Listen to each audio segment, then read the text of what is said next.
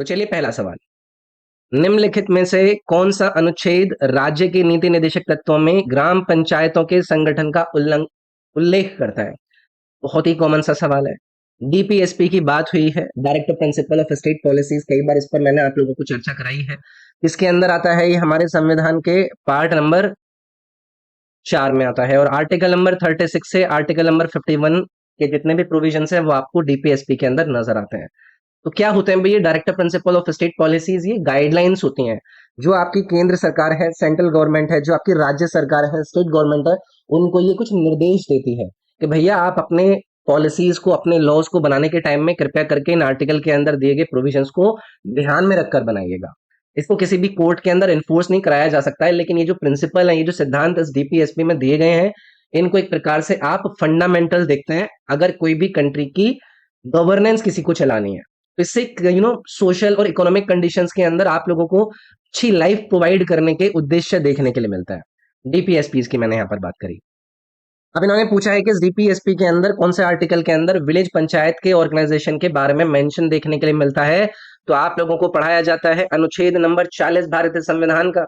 ये article number 40 किसी भी स्टेट को डायरेक्शन देता है कि आप क्या करिए, ऑर्गेनाइज करिए किसको, विलेज पंचायत को, और इनको कुछ ऐसी पावर दीजिए, इनको कुछ ऐसी अथॉरिटी दीजिए सो दैट के ये अपनी सेल्फ गवर्नमेंट का काम कर सके। ठीक है, तो डीपीएसपी का ये भाग है। तो बाकी मैंने बात आप लोगों को बता दी। अब इसके अंदर ना आप लोगों को कुछ और आर्टिकल भी दिए गए हैं। आर्टिकल नंबर 36 यहाँ पर दिया गया है, आर्टिकल नंबर 42 दिया गया है, आर्टिकल नंबर 38 दिया गया है। एक एक करके इन आर्टिकल्स पर पहले भी मैंने चर्चा करी है, अभी फिलहाल इस पर चर्चा नहीं करेंगे, वीडियो बहुत ज्यादा लेंदी हो जाता है। किसी और वीडियो में सेपरेटली इस पर डिस्कशन करेंगे, या फिर इन अनुच्छेदों पर मैं सेपरेट आपको वीडियो दूंगा। ठीक है, अच्छा एक शब्द यहाँ पर यूज हो रखा है, विलेज पंचायत। क्या होता है? तो देखो, जो हमारे देश के अंदर पंचायती राज सिस्टम आया था, उसका क्या है, ये एक भाग है। इसमें आपको कितने प्रकार का सिस्टम देखने के लिए मिलता है? कि 3 टियर सिस्टम देखने के लिए मिलता है, जहां पर लोकल सेल्फ गवर्नेंस प्रोवाइड करी जाती है रूरल एरियाज को, ग्रामीण क्षेत्रों को। ये जो 3 टियर्स मैंने यहाँ पर आप लोगों के साथ डिस्कस करे हैं, इसमें कौन कौन से नजर आते हैं? विलेज लेवल पर आपको क्या नजर आ जाएगी? विलेज पंचायत नजर आ जाएगी, ये गांव के लेवल पर है। अगर ब्लॉक लेवल पर बात करी जाएगी तो आपको क्या नजर आती है? पंचायत समिति नजर आती है, ब्लॉक लेवल पर इसको क्रिएट करा गया है। और डिस्ट्रिक्ट लेवल पर आपको नजर आती है क्या? जिला परिषद। ये किस पर है? ये डिस्ट्रिक्ट लेवल पर है। तो एक 3 टियर सिस्टम होता है जहां पर रूरल एरियाज में या फिर किसी भी स्टेट के अंदर एक सेल्फ गवर्नमेंट को, सिस्टम को प्रोवाइड करने पर बात होती है। एक सवाल आप लोगों से पूछा जाता है, पंचायती राज इंस्टीट्यूशंस को जो संवैधानिक दर्जा मिला वो बताइए कब मिला? तो 73rd अमेंडमेंट एक्ट आया था। कब आया था? 1992 में आया था, जब इसको संवैधानिक दर्जा प्रोवाइड कराया गया था। तो याद रखेंगे, इतनी चर्चा इस पर बहुत है। बाकी ये जो तीनों आर्टिकल हैं वैसे तो आसान ही है, लेकिन इस पर कभी सेपरेटली भी हम चर्चा करेंगे। अगला सवाल, नवंबर 2022 में भारत सरकार के स्वास्थ्य और परिवार कल्याण मंत्रालय की प्रधानमंत्री टीबी मुक्त भारत अभियान के अंतर्गत निक्षय मित्र पहल के लिए निम्नलिखित में से किस खिलाड़ी को ब्रांड एम्बेसडर चुना गया था? तो यार ये क्या होता है ना, एक करंट अफेयर से रिलेटेड आपके सवाल बनता है। ये 2022 नवंबर मंथ में किसी को ब्रांड एम्बेसडर बनाया गया। किसके तहत बनाया गया? प्रधानमंत्री टीबी मुक्त भारत अभियान के तहत बनाया गया, ministry of health and family welfare के द्वारा। तो इसमें ये जो दीपा मलिक है ना, इनको ब्रांड एम्बेसडर बनाया गया था। इनको लेकर एक सवाल पूछा जाता है, दीपा मलिक को लेकर। पहली भारतीय महिला, यहां पर मैं लिख देता हूं, फर्स्ट वुमेन जिन्होंने क्या प्राप्त किया? एक मेडल प्राप्त किया। किसमें प्राप्त किया? पैरालंपिक गेम्स के अंदर प्राप्त किया। पैरालंपिक गेम्स के अंदर पहली महिला जिसने मेडल को प्राप्त किया, उसमें आप लोगों को दीपा मलिक का नाम नजर आता है। कई सारे इंपॉर्टेंट अवार्ड इनको दिए जा चुके हैं। इनको पद्मश्री के अवार्ड से सम्मानित किया गया है, इनको अर्जुना अवार्ड से सम्मानित किया गया है। तो बहुत ही बड़ा नाम है, बहुत ही इंपॉर्टेंट पर्सनैलिटी है दीपा मलिक। अब यहाँ पर जिस अभियान के बारे में बात हो रही थी, प्रधानमंत्री टीबी मुक्त भारत अभियान, ये क्या है भाई? Ministry of health and welfare के द्वारा इसको क्या करा गया? लाया गया। पहला सवाल आपसे ही बन जाएगा, और इसमें इनका उद्देश्य ये था कि भाई हम 2025 तक हमारे देश से टीबी यानी कि ट्यूबरक्लोसिस को क्या कर देंगे? एलिमिनेट कर देंगे। तो ये एक चीज हो सकता है कल कोई आपसे आपके एग्जाम के अंदर पूछ ले। बाकी इसमें और भी नाम दिए हैं, आपने अभिनव बिंद्रा का नाम सुना होगा, ये शूटर है ये। और इनको लेकर सवाल पूछा जाता है कि फर्स्ट इंडियन, पहले भारतीय का नाम बताइए जिन्होंने एक इंडिविजुअल क्या जीता, गोल्ड मेडल जीता था ओलंपिक गेम्स के अंदर।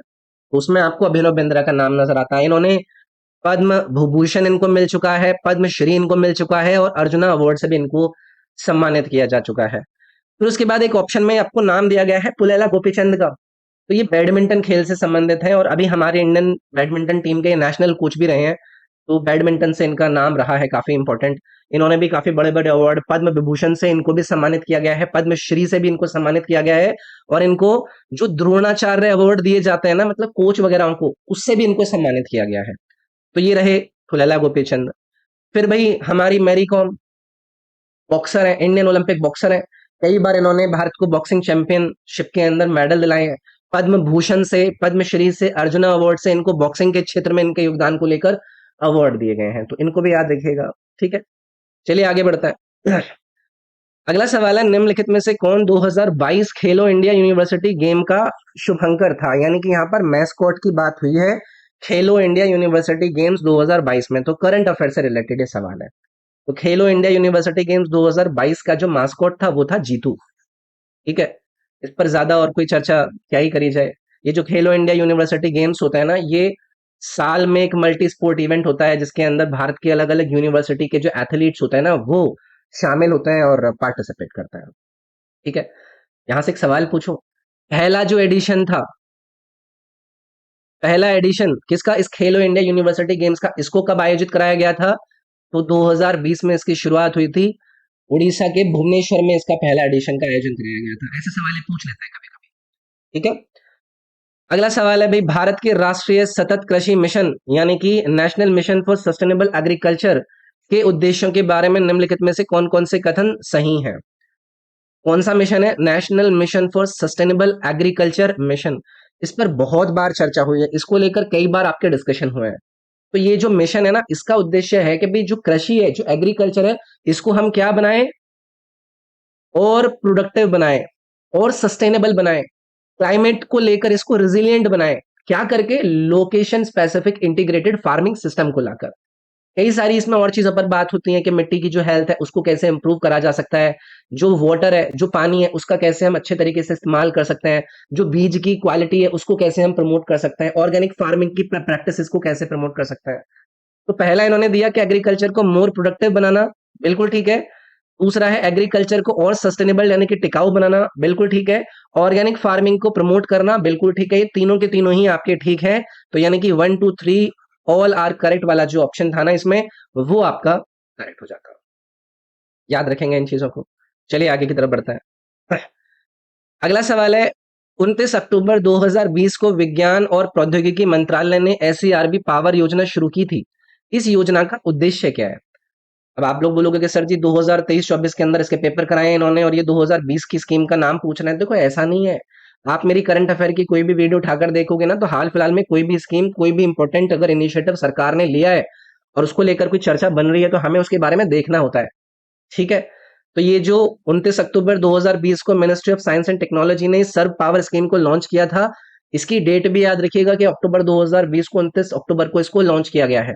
इसका मेन उद्देश्य क्या है कि जो जेंडर डिस्पैरिटी है साइंस के क्षेत्र में, इंजीनियरिंग के क्षेत्र में, रिसर्च के क्षेत्र में, उनको क्या करा जा सके, कम किया जा सके।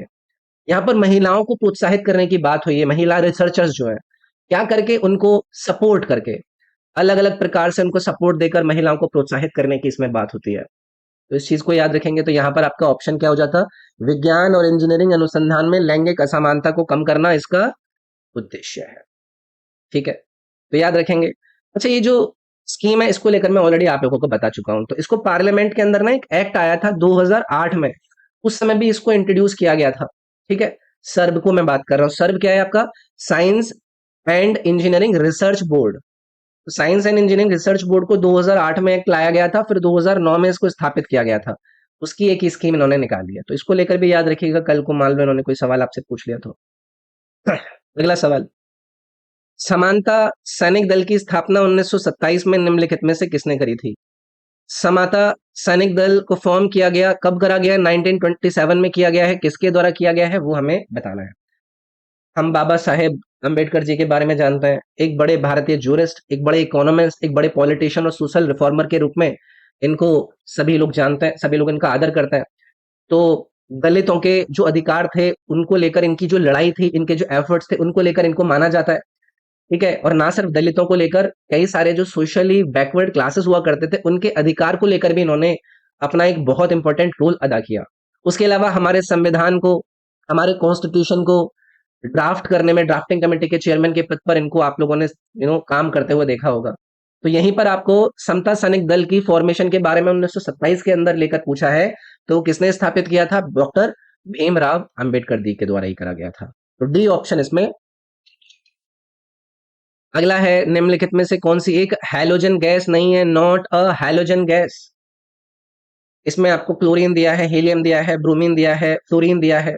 हीलियम के बारे में अगर मैं आप लोगों से पूछूं, क्या ये एक हैलोजन है या फिर ये एक नोबल गैस है? तो ये हैलोजन नहीं है, ये नोबल गैस है। तो हीलियम को आप किस प्रकार से देखते हैं? इसको आप सेकंड लाइटेस्ट, यानी कि दूसरा सबसे हल्का और सेकंड मोस्ट अबेंडेंट एलिमेंट देखते हैं, जो कि हमारे यूनिवर्स के अंदर पाया जाता है, ठीक है? तो इसको लेकर भी याद रखिएगा। केमिकली ये ना अक्रिय होती है, यानी कि इनर्ट होती है, रिएक्शन वगैरह में ये पार्टिसिपेट आसानी से नहीं करती है, ठीक है? तो हैलोजेंस के बारे में आपको पता है, हैलोजन आपके कौन से एलिमेंट्स होते हैं, जो कि कौन से ग्रुप में आते हैं? ग्रुप नंबर 7 के जो एलिमेंट्स हैं, उनको हम हैलोजेंस की कैटेगरी के अंदर डालते हैं, पीरियोडिक टेबल के अंदर। इसमें आपका क्लोरीन है, ब्रोमीन है, फ्लोरीन है, और कौन है? आपका आयोडीन है, और कौन है? आपका एस्टेटाइन है, जिसको हम एटी करके लिखते हैं। क्या बोलते हैं इसको? एस्टेटाइन। ये कौन से हैं? ये सारे के सारे आपके हैलोजन एलिमेंट्स हैं। बहुत ज्यादा ये रिएक्टिव नॉन मेटल्स होते हैं। इनके आउटर मोस्ट ऑर्बिट में 7 इलेक्ट्रॉन होते हैं, तो एक की इनको जरूरत होती है, इसलिए बहुत ज्यादा एक्टिव आपको नजर आते हैं। तो इनको याद रखेंगे भैया, ठीक है? इनको लेकर कोई दिक्कत परेशानी नहीं होनी चाहिए। चलिए आगे बढ़ते हैं। ग्लूकोज का रासायनिक सूत्र C6H12O6 है। ग्लूकोज में कार्बन का भार प्रतिशत आप लोगों से पूछ रहे हैं कि वेट परसेंटेज बताइए कार्बन का ग्लूकोज के अंदर। केमिकल फॉर्मूला इन्होंने आपको दिया है, ठीक है? अगर मुझे इस ग्लूकोज का मोलर मास निकालना हो, तो मैं क्या करूंगा? जितने भी आपको इसके अंदर एलिमेंट नजर आ रहे हैं, मैं उन सभी के जो मोलर मास है उनको सम कर दूंगा। और अगर मुझे परसेंटेज निकालना है कार्बन का आपके ग्लूकोज के अंदर, तो मुझे क्या करना होगा? आपके कार्बन के एटम्स को भी कंसिडर करना पड़ेगा, है ना? अब मुझे यहाँ पर अगर इस सवाल के अंदर ये देखना है कि इसकी परसेंटेज में वैल्यू कितनी आती है, तो आप देखो भाई, 6, 12, 18 और 4, 24। ये टोटल 24 है। 24 में से ये कितने हैं आपके कार्बन के? कार्बन के कितने बोले हैं? 6। तो यहाँ पर अगर मैं 6 इसके बोले हैं ना, तो मुझे क्या करना पड़ेगा ना, इसमें देखना पड़ेगा परसेंटेज। वेट की इन्होंने बात करी है ना, तो वेट के हिसाब से मुझे क्या करना पड़ेगा? परसेंटेज निकालना है तो 100 से मल्टीप्लाई करेंगे, लेकिन मुझे ग्लूकोज का जो मोलर मास है उसको डिवाइड करके एक मोल जो ग्लूकोज का है उसके हिसाब से इसको कैलकुलेट करना पड़ेगा, ठीक है? तो इसको एक बार कॉल कैलकुलेट करें। देखो ऐसे मत सोचना कि सर जी ये मैथमेटिक्स वाले सवाल आ गए हैं इसको लेकर। तो पहले आप कार्बन की तरफ आओ। कार्बन के कितने एटम है? 6 है। कार्बन का जो वेट होता है वो कितना होता है आपका? 12। फिर 12 एटम किसके हैं? हाइड्रोजन के, उसका कितना है? 1। फिर 6 एटम किसके हैं? ऑक्सीजन के, इसका एटॉमिक वो कितना हो गया? 16। ये आपका क्या बना है? ये मोलर मास टोटल ग्लूकोज का बना है। तो इसको आप, ये 72 हो गया, ये 12 हो गया, और ये आपका कितना हो गया? 96। तो 6 और 2 8 और 2 10, 10 11, और यानी कि 180 आया ये आपका टोटल ग्राम पर मोल आपके ग्लूकोज का। कार्बन का निकाल लो। कार्बन का कितना था? 12 इंटू 6 यानी कि 72। तो आपको कैसे निकालना है? टोटल 180 आया है, 72 कार्बन का है, आपको इसमें क्या करना है? इंटू 100 करना है। तो आप इसको कर दो, 18 चौक 72, 40% आपका आंसर आ जाएगा यहाँ से, डी ऑप्शन। समझ गए ना? तो आपको क्या करना है? आपको इसके अंदर पहले जो टोटल कंपाउंड दिया गया है उसका आपको निकालना पड़ेगा मोलर मास। तो कार्बन का आपको परमाणु भार, हाइड्रोजन का परमाणु भार, ऑक्सीजन का परमाणु भार, ये सब चीजें पता होनी चाहिए। फिर उसके बाद अप्लाई करोगे, टोटल में से जिसका पूछा है वो करके परसेंटेज निकाल दोगे, आंसर आपका निकल आएगा। कठिन नहीं होता है, बट किसी ने कभी पढ़े नहीं है तो उनके लिए थोड़ा सा कठिन हो सकता है। ओके, चलिए आगे बढ़ेंगे। डेमेकस जो एक यूनानी राजदूत था, भारत में कौन से मौर्य सम्राट के शासनकाल के दौरान ही आया था? बहुत ही आसान सवाल है। आप लोगों को अभी मैंने अपने इसी यूट्यूब चैनल के ऊपर एंशिएंट इंडियन हिस्ट्री की ल्यूसेंट जीके की क्लास कराई है, थ्योरेटिकल क्लास की वीडियो दी है। तो वहां पर मैंने आप लोगों से इस डेमेकस के बारे में बात करी थी, जो कि एक ग्रीक राजदूत था। तो ये बिंदुसार के समय में भारत आया था। डी ऑप्शन इसमें करेक्ट हो जाता। बिंदुसार कौन था? ये सेकंड वाला था ना, सेकंड मौर्यन एम्परर, दूसरा मौर्यन रूलर। ठीक है, चंद्रगुप्त मौर्य का बेटा था। जो चंद्रगुप्त मौर्य वही जिनके द्वारा मौर्यन डायनेस्टी की फाउंडेशन रखी गई थी। ओके, चलिए भी आगे बढ़ेंगे। भारत के बाद निम्नलिखित में से किस देश में हिंदू आबादी सबसे अधिक है? Which of the following countries has the highest Hindu population after India? तो यहां पर आपको आंसर याद रखना है भाई, नेपाल। ठीक है, इंडिया के बाद लगभग मतलब 81% हिंदू पॉपुलेशन को नेपाल के अंदर बताया जाता है, जो कि हिंदुइज्म को फॉलो करती है। तो याद रखिएगा, अभी फिलहाल के लिए 81 है, आगे देखना होगा। तो ओनली हिंदू किंगडम है पूरे देश के अंदर, पूरे विश्व के अंदर, अगर किसी को आपको देखना है तो। ये भी एक स्टैटिक फॉर्म में अच्छा सवाल है। अगला सवाल है, इंदिरा पीपी बोरा को 2020 में पद्मश्री पुरस्कार किस भारतीय शास्त्रीय नृत्य में उनके योगदान के लिए दिया गया? पद्मश्री अवार्डी 2020 इंदिरा पीपी बोरा का नाम, कंट्रीब्यूशन बताइए कौन से इंडियन क्लासिकल डांस के अंदर इनका रहा है? कई सारे हम क्लासिकल डांस का डिस्कशन करते हैं, उसी में से आपको नजर आता है एक सतरिया। ठीक है, और असम के अंदर लगभग 15th सेंचुरी के अंदर ये जो सतरिया है ये आपका ओरिजिनेट होता है। इसको जो वैष्णविज्म या फिर वैष्णविक संत शंकरदेव के द्वारा क्या किया गया था, उनको एट्रीब्यूट किया जाता है। तो याद रखिएगा, अलग अलग जो पद्म अवार्ड दिए जाते हैं कला के क्षेत्र में, किसी को अगर दिया जा रहा है तो उनको देख लिया करो कि वो कौन से प्रकार के क्लासिकल डांस से संबंधित है, या फिर किसी अगर म्यूजिकल इंस्ट्रूमेंट के प्लेयर को दिया जा रहा है तो उसके बारे में देख लेना है कि वो कौन सा इंस्ट्रूमेंट बजाते हैं। तो ऐसे सवाल ये बहुत पूछते हैं हमसे। ठीक है, अगला सवाल है, भारतीय संविधान का कौन सा अनुच्छेद राज्य सरकार को कानूनी मामलों पर सलाह देने के लिए महाधिवक्ता का कर्तव्य बताता है? एडवोकेट जनरल को बताता है एडवाइस देने के लिए गवर्नमेंट ऑफ स्टेट को अपॉन लीगल मैटर्स। उस आर्टिकल के बारे में बात कर रहे हैं। देखो, ऐसे ही हमारी सेंट्रल गवर्नमेंट को लीगल मैटर्स पर एडवाइस देने के लिए एक आदमी होता है जिसको हम अटर्नी जनरल कहते हैं। ऐसे ही एक एडवोकेट जनरल भी होता है जो कि राज्य सरकार को लीगल मैटर पर एडवाइस देने के लिए काम करता है। इसका आर्टिकल है आपका आर्टिकल नंबर 165, याद रखिएगा। तो ये कहता है कि जो एडवोकेट जनरल है ना, वो किसी भी राज्य सरकार को किसी भी कानूनी मामले में क्या कर सकते हैं, राय दे सकते हैं। ठीक है, तो ये जो एडवोकेट जनरल की मैं बात कर रहा हूं ना, इनको लेकर आप लोगों से कल को ये भी पूछा जा सकता है कि ये क्या है, ये हाईएस्ट लॉ ऑफिसर है किसके अंदर, एक राज्य के अंदर, एक स्टेट के अंदर। ठीक है, और हम जब सेंट्रल लेवल पर बात करते हैं तो हमें कौन नजर आते हैं? अटर्नी जनरल नजर आता है। ये कहां पर है? सेंट्रल लेवल पर होता है। तो इन चीजों को याद रखोगे, इनको लेकर कोई भी दिक्कत नहीं होनी चाहिए। अच्छा, यहाँ पर ना मैं आप लोगों से एक और सवाल पूछूं कि ये जो एडवोकेट जनरल की अपॉइंटमेंट होती है वो कौन करता है? तो वो स्टेट के गवर्नर के द्वारा अपॉइंटमेंट करी जाती है। ठीक है, इनके लेकर कई सारे इनके क्वालिफिकेशंस वगैरह भी होते हैं, उनको लेकर भी आपसे मतलब इनकी जो एलिजिबिलिटी है उनको लेकर चीजें पूछी जा सकती हैं। आर्टिकल नंबर 168 बताएगा कोई है? तो राज्यों के अंदर जो विधानसभाएं होती हैं उनके संविधान से डील करता है आपका ये 168 नंबर आर्टिकल। 167 को लेकर आइडिया, तो जो चीफ मिनिस्टर के जितने भी कर्तव्य होते हैं ना, जितने भी ड्यूटीज होते हैं राज्य की सरकार के अंदर, उसको लेकर डिस्कशन करता है आपका ये आर्टिकल नंबर 167। है ना, कि वो गवर्नर को पहले इंफॉर्मेशन देंगे या नहीं देंगे, वो सब बातें। 166 के अंदर क्या आता है? जो राज्य की सरकार होती है उनका बिजनेस कैसे चलेगा, उनका कामकाज कैसे चलेगा, वो आपको आर्टिकल नंबर 166 के अंदर बताया जाता है। तो ये आसान है। अगला सवाल है, निम्नलिखित में से कौन सी प्रायद्वीपीय नदी अरब सागर में जाकर मिलती है? आपको उस पेनिसुलर रिवर का नाम बताना है जो कि अरब सागर में जाकर गिरती है। आसान है यार, साबरमती रिवर। साबरमती रिवर को जब हम अपने देश के पश्चिमी भाग की तरफ देखते हैं तो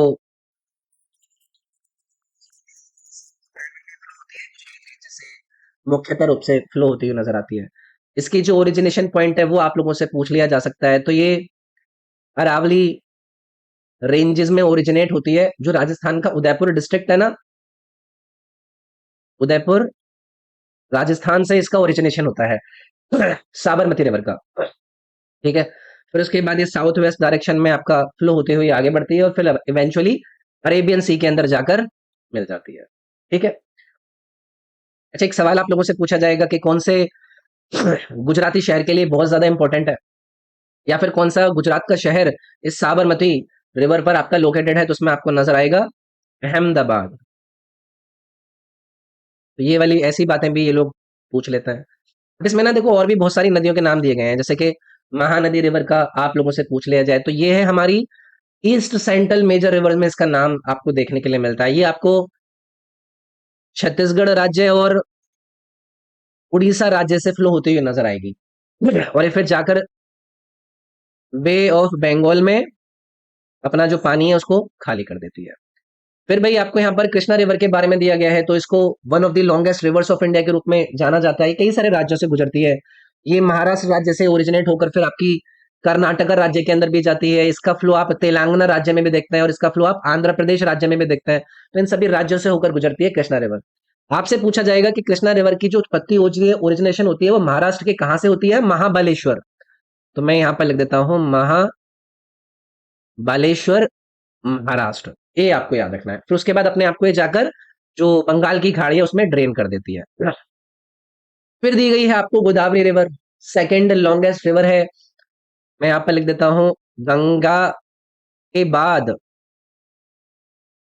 लॉन्गेस्ट रिवर में आपको अगर कोई नजर आए तो वो आपकी गोदावरी नजर रहेगी। तो ये कौन कौन से राज्यों से गुजरती है भाई? गोदावरी रिवर महाराष्ट्र से, तेलंगाना में भी फ्लो करती है, आंध्र प्रदेश से भी होकर गुजरती है, छत्तीसगढ़ और उड़ीसा से भी आपको इसका फ्लो देखने के लिए मिलता है। फिर जाकर ये आपको बे ऑफ बंगाल के अंदर अपने आप को एम्प्टी कर देती है। तो थोड़ा सा एक्स्ट्रा जानकारी हो गया। इन सभी बातों को भी आपको याद रखना है। फॉलोअन निम्नलिखित में से किस क्रिकेट प्रारूप से संबंधित है? क्रिकेट फॉर्मेट ये कौन से प्रारूप से संबंधित है? फॉलोअन भी टेस्ट मैच में होता है ना, ये आपका फॉलोअन है ना, पता है ना, मतलब वो होता है जैसे मान लो कि पहले कोई टीम खेली ए, फिर टीम खेली बी, टीम बी, टीम ए की फर्स्ट इनिंग्स में जो उन्होंने स्कोर किया था उसके आधे से मतलब कुछ होता है, कुछ आपका स्कोर डिसाइड करता है। अगर उतना नहीं बना पाई तो इसको फिर फॉलो ऑन खेलने का मौका दिया जाता है कि आप दोबारा से बैटिंग कीजिए, बचे कुछ रन को उतारिए और फिर चढ़ाइए, फिर ताकि टीम ए दोबारा से अपने सेकंड इनिंग के अंदर बैटिंग करके उस रन को चेस कर सके। ठीक है, अगला सवाल। उत्तर भारत के विभिन्न स्थानों पर 5 खगोलीय वेधशालाएं निम्नलिखित में से किस शासक ने बनवाई थी? Built 5 astronomical observation at different places in North India. बहुत ही कॉमन सा सवाल है। Sawai Jai Singh the second. तो जो आम्बेर का साम्राज्य हुआ करता था, आम्बेर किंगडम के एक बड़े रूलर के रूप में इनका नाम जाना जाता है 18th सेंचुरी में जिन्होंने रूल किया। 5 एस्ट्रोनॉमिकल ऑब्जर्वेटरीज इनके द्वारा बनाई गई जिनको किस नाम से जाना जाता है? जंतर मंतर के नाम से जाना जाता है। इनकी लोकेशन सभी को पता होनी चाहिए। दिल्ली के अंदर सबको पता है, जयपुर वाली के बारे में भी सबको पता होगा, लेकिन उसके अलावा उज्जैन याद रखिएगा,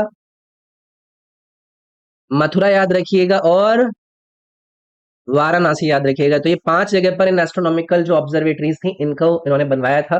प्राइमरी उद्देश्य इनका ये था कि जो सेलेस्टियल बॉडीज होती हैं उनकी मूवमेंट्स को स्टडी करा जा सके। ठीक है, सवाई जयसिंह सेकंड।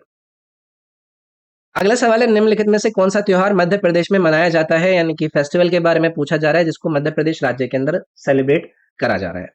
देखो इन्होंने कई सारे आपको नाम दिए हैं। पहला है आपका थाई पुसम फेस्टिवल।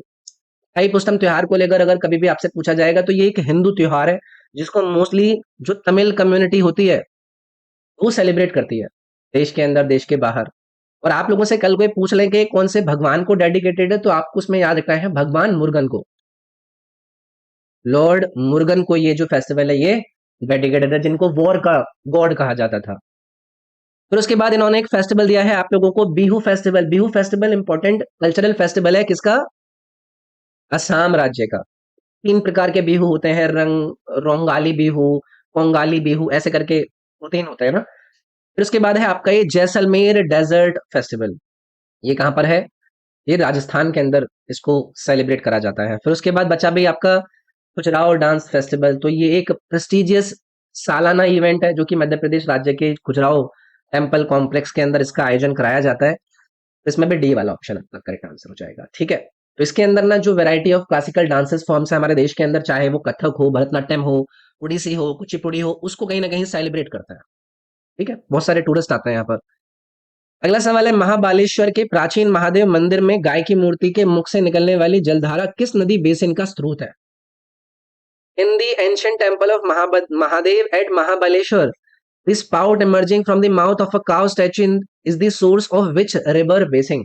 वे मैं पीछे आपको कुछ इंपॉर्टेंट नदियों के बारे में बताकर आया था ना, उसी रिवर को लेकर एक हिंट मैं आपको देता हूं। Fourth largest river in India, Ganga, Godavari और ब्रह्मपुत्र के बाद ये है, नाम है इसका कृष्णा रिवर। तो मैंने बताया था ना, महाराष्ट्र के महाबलेश्वर के वेस्टर्न घाट से ही आपकी ओरिजिनेट होती है, और फिर उसके बाद महाराष्ट्र, कर्नाटका, आंध्र प्रदेश के अंदर से आपकी निकलकर बे ऑफ बंगाल में जाकर मिलती है। तो इसको लेकर याद रखिएगा, ये सोर्स है आपके इस महादेव टेम्पल के अंदर जो एक काव स्टैचू है उसके मुख से निकलने वाला ये एक मतलब स्रोत इसी नदी से है। तो याद रखेंगे इसको। चलिए आगे बढ़ते हैं। निम्नलिखित में से कौन सा एक गंभीर संक्रामक जीवाणु संक्रमण है जो आमतौर पर नाक और गले की रेशम झिल्ली को प्रभावित करता है? Mucus membrane of nose and throat को अफेक्ट करने वाला सीरियस कंटेजियस बैक्टीरियल इन्फेक्शन को आपको इन 4 विकल्प में से बताना है कि कौन सा है। एक ऑप्शन दिया गया पहला, इन्होंने डिप्थीरिया का। तो ये एक सीरियस बैक्टीरियल फंक्शन है जो कि जो ये सब चीजें नहीं होती रहती है नोज और थ्रोट, जो कि मेरे को भी हो रखा है, ठीक है। तो ये बैक्टीरियल इन्फेक्शन है, इसकी वजह से ये होता है, याद रखोगे इसको। तो इसके अंदर मतलब जैसे कोई छींक दे कफ करते हुए या फिर स्नीज करते हुए, तो उससे ये फैलता है। इसमें आपको जो गले में बलगम वगैरह आता है, टॉन्सिल्स हो जाते हैं ऐसे होने लगता है, तो वो इसी से होता है। तो इसको आप याद रखेंगे यार, ठीक है। अब देखो यहाँ पर इन्होंने ना एक ऑप्शन नंबर बी के अंदर दिया है मेनिनोजुकल डिजीज। ये भी एक बैक्टीरिया के द्वारा होता है। इसके अंदर आपको सीरियस इन्फेक्शन हो सकते हैं, जैसे कि मान लो कि आपके ब्रेन और आपकी स्पाइनल कॉर्ड के अंदर ना जलन होने लगती है। ब्लड पॉइजनिंग के रूप में भी इसको जाना जाता है। ऐसे ही एक नाम दिया गया है आपको यहाँ पर शीगे लॉसेस, इसके बारे में मैं भूल रखा हूँ, इस पर कभी और चर्चा कर लेंगे, ठीक है। आगे बढ़ते हैं। निम्नलिखित में से कौन सरोद वादक है जिन्हें सरोद सम्राट के नाम से भी जाना जाता है? सरोद सम्राट से जानने वाले सरोद प्लेयर का नाम बता रहे हैं। पहला ही ऑप्शन दिया गया है उस्ताद अमजद अली खान बंगशा या फिर बंगश, ठीक है। तो इंडियन क्लासिकल म्यूजिशियन है जिनको इनके सारूद बजाने की कला को लेकर जाना जाता है। इनको एम्परर ऑफ सारूद या फिर जो सारूद सम्राट है उसके नाम से भी जाना जाता है, ठीक है। तो इंडियन क्लासिकल म्यूजिक के अंदर इनका काफी बड़ा योगदान रहा है, इनको याद रखेंगे। बाकी देखो यहाँ पर और भी नाम दिए गए हैं, उनको लेकर डिस्कशन कर लेते हैं, कर लें क्या इनको? जैसे कि पंडित यहाँ पर किशन महाराज का नाम इन्होंने लिया है, ये किससे संबंधित है? ये तबला से संबंधित है, इनको याद रखिएगा। ऐसे ही शिव कुमार शर्मा, इनका कई बार नाम पूछा गया, ये सितार प्लेयर रहा करते थे। पंडित रविशंकर, इनको भी लेकर कई बार पूछा गया, ये संतूर प्लेयर हुआ करते थे। तो इन सबको याद रखिएगा। उस्ताद अमजद अली खान सारूद, पंडित किशन महाराज तबला, पंडित शिव कुमार शर्मा सितार और पंडित रविशंकर संतूर। इनको घुमा फिरा कर बार बार पूछते रहते हैं ये सवाल। अगला है, हरित क्रांति का एक महत्वपूर्ण नकारात्मक पर्यावरणीय प्रभाव क्या है? एक negative environmental impact green revolution का आपको इनमें से बताना है। देखो, जब ग्रीन रेवोल्यूशन, एक हरित क्रांति हमारे देश में आई ना, तो उससे ना जो केमिकल फर्टिलाइजर्स थे, रासायनिक जो उर्वरक थे या पेस्टिसाइड्स थे, उनका बहुत ज्यादा यूज हुआ। इसकी वजह से जो सॉइल की क्वालिटी थी वो बहुत ज्यादा खराब हुई। तो ये जो मिट्टी का क्षरण है या फिर सॉइल डिग्रेडेशन है ना, ये एक नेगेटिव इम्पैक्ट है हमारे हरित क्रांति का। कुछ केमिकल का अगर बहुत ज्यादा यूज हो ना, तो जो सॉइल के माइक्रो ऑर्गेनिजम्स होते हैं ना, वो डिस्ट्रॉय होने लग जाते हैं, जिससे जो आपकी वो मिट्टी जितनी उपजाऊ पहले हुआ करती थी, वो फिर धीरे धीरे करके उसकी उपजाऊता जो होती है वो कम होने लग जाती है। तो ये आप लोगों को याद रखना है। ग्रीन रेवोल्यूशन की बात हुई है। ग्रीन रेवोल्यूशन आपको पता है कि इसमें research, development, technology transfer initiatives को लाया गया। तो डेवलपिंग कंट्रीज के अंदर 1960s के अंदर इसकी शुरुआत हुई थी। इसमें जो हाई यील्डिंग वैरायटीज के सीड्स हुआ करते थे, स्टेपल सीड्स वगैरह हुआ करते थे, उनको यूज किया गया था। अगला सवाल है, भी जीडीपी से कौन घटाया जाता है ताकि एनडीपी प्राप्त किया जा सके?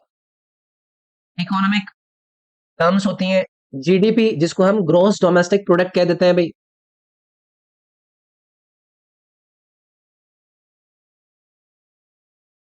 इसमें से कुछ माइनस कर दें तो आपको क्या प्राप्त हो? एनडीपी। एनडीपी मतलब नेट डोमेस्टिक प्रोडक्ट। अगर किसी ने इकोनॉमिक्स की बेसिक जो टर्म्स है उनको समझा होगा, तो आप मुझसे कहेंगे कि सर जी मूल्यह्रास यानी कि डेप्रिसिएशन को माइनस कर दीजिए, तो आपका नेट डोमेस्टिक प्रोडक्ट आ जाता है। डेप्रिसिएशन क्या होता है? एक प्रकार से जो एसेट्स होते हैं समय के साथ-साथ उनके अंदर उनकी वैल्यू में कमी होने लगती है ना, वो टूटने-फूटने लग जाते हैं, बाकी के कारणों की वजह से वो खराब होने लगता है, तो वो डेप्रिसिएशन कहलाता है। तो अगर ग्रॉस डोमेस्टिक प्रोडक्ट में से मैं आपकी ऐसी जो चीज़ों की वैल्यू कम हुई है, यानी कि डेप्रिसिएशन हुआ है, उसको माइनस कर दूँ तो मेरे पास जो आता है वो आता है एनडीपी यानी कि नेट डोमेस्टिक प्रोडक्ट, ठीक है? तो कंट्री की कैपिटल एसेट्स जीडीपी में से अगर इसको मैं माइनस कर दूँ तो मुझे नेट डोमेस्टिक प्रोडक्ट प्राप्त हो जाता है। तो याद रखेंगे इसको।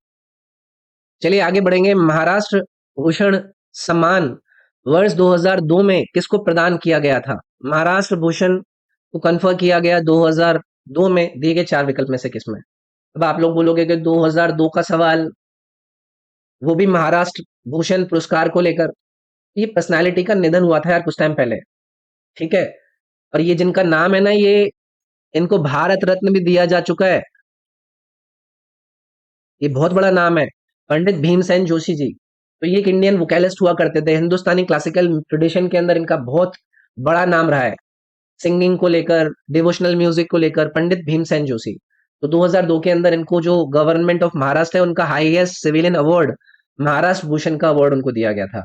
और भी कई सारे अवार्ड जीते, जैसे कि पंडित भीमसेन जोशी जी को 2008 में भारत रत्न के अवार्ड से भी सम्मानित किया गया था, जो कि हमारे देश का सर्वोच्च नागरिक पुरस्कार है, ठीक है?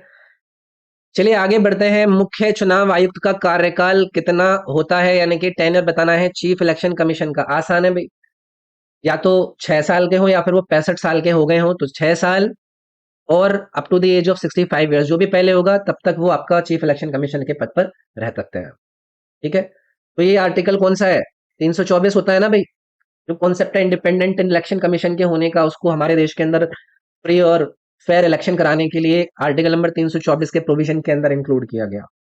ओके, सेकंड लास्ट सवाल आपकी आज की इस क्लास का, निम्नलिखित में से कौन सा जानवर चोल वंश का प्रतीक हुआ करता था? चोला डायनेस्टी का एम्बलम होने वाले इन 4 में से एनिमल के बारे में बताना है। देखो, टाइगर को यूज करते थे अपने एम्बलम के अंदर, बाघ को। बहुत ही कॉमन सा और आसान सवाल है। तो साउथ इंडिया के अंदर लॉन्गेस्ट रूलिंग डायनेस्टीज में आप चोल डायनेस्टी का जिक्र करते हैं। टाइगर को एम्बलम के रूप में अपनी अपनी स्ट्रेंथ को दिखाने में, अपने करेज को दिखाने में, अपने टेरिटरी पर अपने डोमिनेंस को दिखाने के लिए ये यूज करा करते थे। कई सारे इनके चोल डायनेस्टी के अंदर से या फिर इनसे संबंधित जो इंस्क्रिप्शंस प्राप्त हुए हैं, इनके वॉल्स जो इन्होंने बनवाए, इन्होंने टेम्पल्स बनवाए, उनकी वॉल्स पर आपको देखने के लिए मिलता है। निम्नलिखित में से कौन पेरीफेरा श्रेणी में नहीं आता है? Not belong to the category of porifera. कई सारे आप लोगों को कैटेगरीज को पढ़ाया जाता है, जैसे कि एक आपको पढ़ाया जाता है फाइलम पोरीफेरा, जिसको आप कॉमनली स्पॉन्जेस पोरीफेरा के रूप में भी कंसिडर कर लेते हैं। तो ये मल्टी सेलुलर ऑर्गेनिजम्स होते हैं जो कि कहां पर रहते हैं? एक्वेटिक यानी कि जलीय एनवायरनमेंट के अंदर रहते हैं, मोस्टली मराइन ये होता है। पोरस बॉडी स्ट्रक्चर होता है जिसके अंदर वाटर को सर्कुलेट होने के लिए आपको चैनल्स नजर आते हैं। तो इसमें इन्होंने दिया है कि कौन इस कैटेगरी के अंदर नहीं है, तो ये जो हाइड्रा वाला ऑप्शन है ना, ये इसके अंदर नहीं होगा। स्पॉन्जिला, यूट्रेला और साइकोन ये आपके फाइलम पोरीफेरा से आता है। हाइड्रा क्या है? एक जीनस है, एक स्मॉल फ्रेश वाटर ऑर्गेनिज्म है, जो कि फाइलम कौन से आता है? ये आता है फाइलम, याद रखिएगा, स्निडारिया से। इस फाइलम से आपका हाइड्रा आता है, ठीक है?